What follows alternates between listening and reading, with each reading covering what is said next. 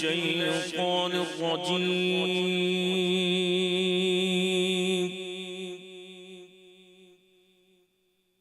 बिस्मिल्लाहिर रहमानिर रहीम।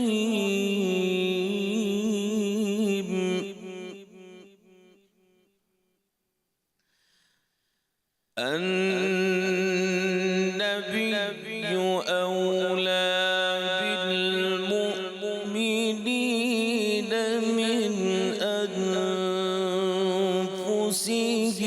व अज़वाजुहु